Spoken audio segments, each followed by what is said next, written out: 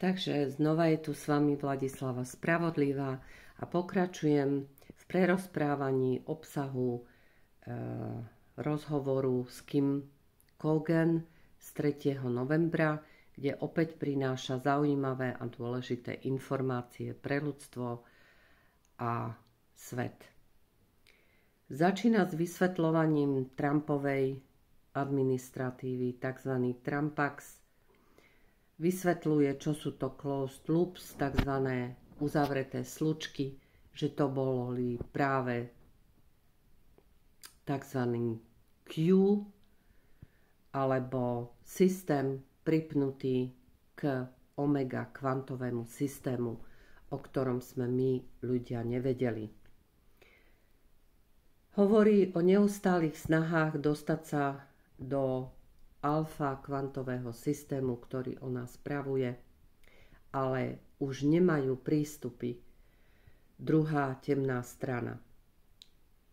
Preto sa snažia používať rôzne nekalé tieňové praktiky, ktoré ale nefungujú, pretože nie sú pripnuté k tejto realite.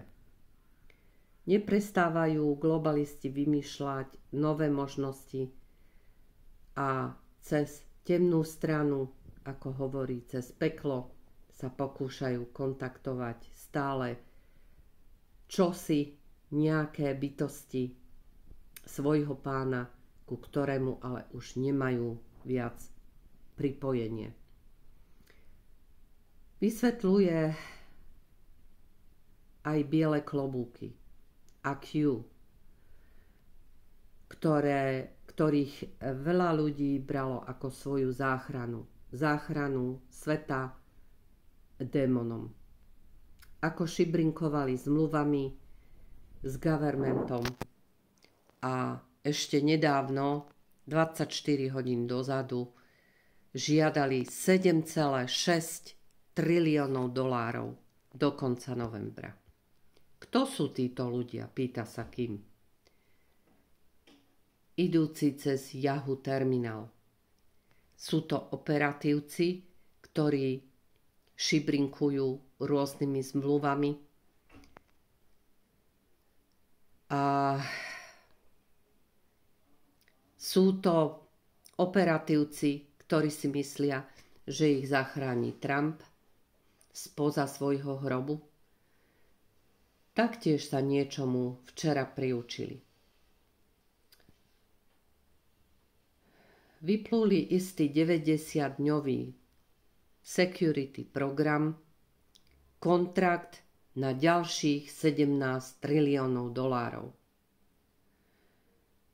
Samozrejme, že sa im ich od Kim nedostalo. A títo ľudia sľubujú ďalším ľuďom peniaze. A to aj vysvetľuje, čo sa deje na Blízkom východe. Oni potrebujú rýchlo cash, takže padajú stále do väčšej jamy.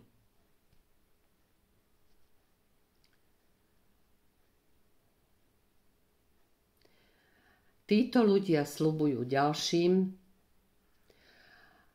a hovorí sa o skupine Langley 5, ktorí tiež sa snažili vojsť do priazne s Kim. Mali dokonca aj osobné stretnutie. A dôvod, prečo im Kim nedôveruje a ani neočakávala, že to dobre dopadne, pretože vyklul sa nový príbeh s ďalším artefaktom, vďaka ktorému si myslia, že zmenia tento svet.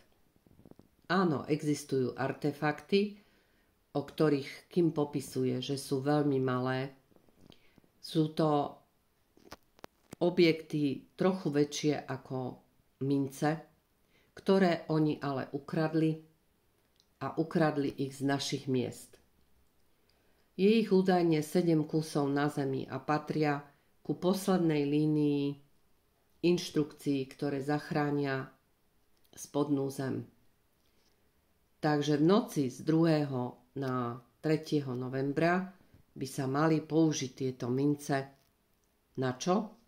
Aby otvorili portály.